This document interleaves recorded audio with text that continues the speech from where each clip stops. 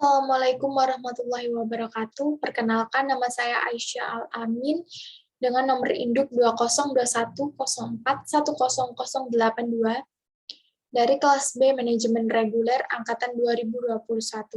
Pada kesempatan kali ini, saya akan mempresentasikan salah satu matkul manajemen inovasi dan di buku TROT 2017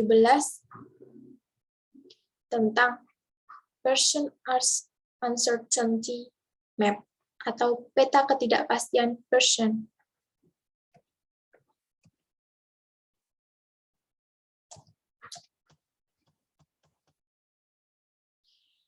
Ini adalah peta ketidakpastian Person. Yang pertama, penyelidikan riset. Yang kedua, pengembangan rekayasa. Dan yang ketiga, aplikasi rekayasa. Keempat, menggabungkan peluang pasar dengan teknis kemampuan. Dan grafiknya ini semakin ke atas semakin tinggi, dan semakin ke kanan semakin tinggi. Sebaliknya juga. Fitur mengelola proses inovasi. Ini telah diakui selama lebih dari 40 tahun dalam inovasi dan literatur manajemen R&D Person tahun 1983. Meskipun demikian, hal itu terus menjadi penyebab kekhawatiran bagi perusahaan.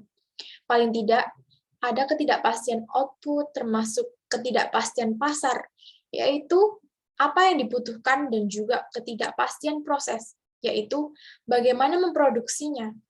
Person menawarkan matriks ketidakpastian yang bermanfaat bagi para manajer untuk membantu mereka menghadapi berbagai tingkat ketidakpastian.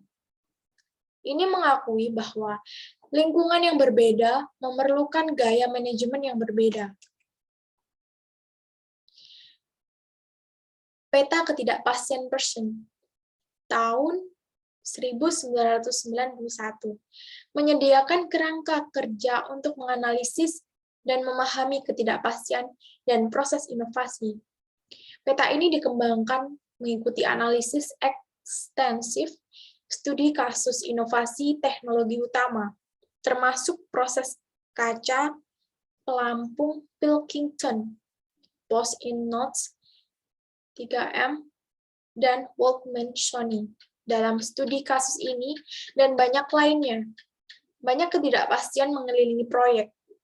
Jika melibatkan teknologi baru yang dikembangkan, ini mungkin ketidakpastian tentang jenis produk yang dibayangkan.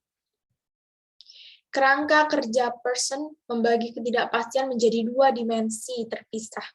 Yang pertama, ketidakpastian tentang tujuan, yaitu apa target akhir dari kegiatan atau proyek. Dan yang kedua, ketidakpastian tentang cara, bagaimana mencapai target ini.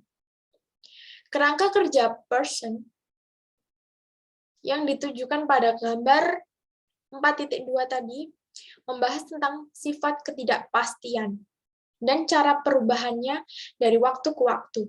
Kerangka tersebut didasarkan pada dua dimensi yang dibahas di atas, dengan ketidakpastian tentang ujung pada sumbu vertikal dan ketidakpastian tentang sarana pada sumbu horizontal.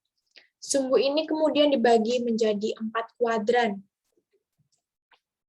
Yang pertama tadi, kuadran 1 mewakili aktivitas yang melibatkan tingkat ketidakpastian yang tinggi tentang cara dan tujuan. Ini telah diberi label penelitian eksplorasi atau penelitian langit biru, karena pekerjaan terkadang tampak begitu jauh dari kenyataan sehingga orang menyamakannya dengan bekerja di awan. Kegiatan ini seringkali melibatkan pekerjaan dengan teknologi yang tidak sepenuhnya dipahami dan di mana produk atau pasar potensial juga belum diidentifikasi. Ini sebagian besar merupakan domain laboratorium penelitian universitas, yang biasanya dihilangkan dari tekanan keuangan dan waktu yang terkait dengan industri. Beberapa organisasi berbasis sains juga mendukung kegiatan ini, tetapi semakin hari hanya organisasi besar yang memiliki sumber daya yang diperlukan untuk mendanai studi eksplorasi semacam itu. Misalnya, Microsoft melakukan sebagian besar penelitiannya di Seattle, Amerika Serikat. Menariknya, pusat ini menyebut pusat ini sebagai kampus. Kuadran 2. Di area ini, akhir atau targetnya jelas. Misalnya, peluang komersial mungkin telah diidentifikasi, tetapi cara untuk memenuhinya belum ditetapkan. Perusahaan dapat memulai beberapa proyek yang berpusat di sekitaran teknologi yang berbeda atau pendekatan yang berbeda untuk mencoba mencapai produk yang diinginkan. Juga pendekatan tambahan dapat ditemukan di sepanjang jalan. Oleh karena itu, ada ketidakpastian yang cukup besar tentang bagaimana tepatnya perusahaan akan mencapai targetnya.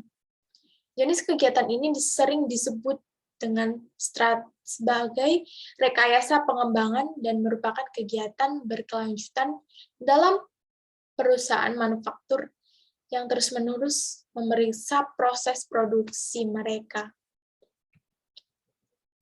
Yang kuadran ketiga, di area ini ada ketidakpastian tentang tujuan. Biasanya ini terkait dengan upaya untuk menemukan bagaimana teknologi dapat digunakan dengan paling efektif. Rekayasa aplikasi adalah gelar yang diberikan untuk bidang kegiatan ini. Diperdebatkan banyak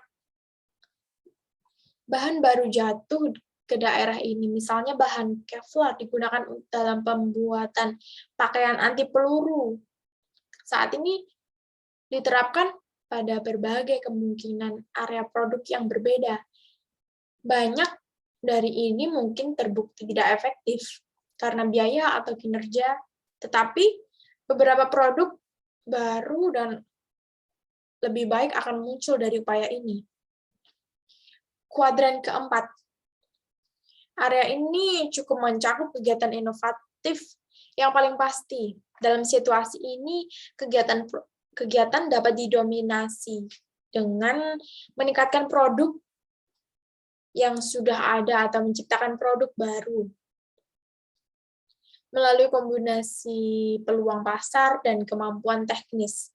Dengan begitu, pasti kegiatan serupa kemungkinan akan dilakukan oleh kompetisi.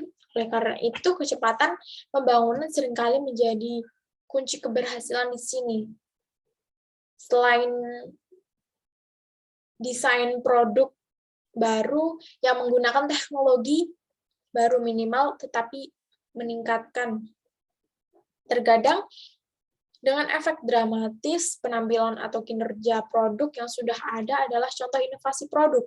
Di bidang ini, eksponen baik dari ini adalah Samsung. Ini telah menunjukkan kemampuan untuk memperkenalkan ponsel baru yang menggabungkan desain produk baru dengan cepat ke pasar, sehingga mempertahankan posisinya sebagai pemimpin di pasar. Menerapkan peta ketidakpastian dalam praktik. Nilai ketidakpastian sebagian adalah kesederhanaan yang dapat digunakan untuk mengomunikasikan pesan yang kompleks, yang berhubungan dengan ketidakpastian atau sebagian kemampuan untuk mengidentifikasi berbagai karakteristik organisasi terkait dengannya. Mengelola ketidakpastian sehubungan dengan inovasi, peta tersebut menyampaikan pesan penting bahwa pengelolaan inovasi produk dan proses sangat berbeda-beda. Terkadang seseorang mengetahui dengan jelas sifat pasar sasaran dan jenis produk yang dibutuhkan. Sebaliknya, ada saat-saat ketika sedikit dan jika ada yang diketahui tentang teknologi yang sedang dikembangkan dan bagaimana hal itu dapat digunakan. Sebagian besar organisasi memiliki aktivitas yang terletak di antara dua ekstrim ini. Tetapi lingkungan yang berbeda seperti itu menuntut keterampilan manajemen dan lingkungan organisasi yang sangat berbeda. Sekian dari presentasi dari saya. Wassalamualaikum warahmatullahi wabarakatuh. Referensinya dari buku Trot 2017. Terima kasih.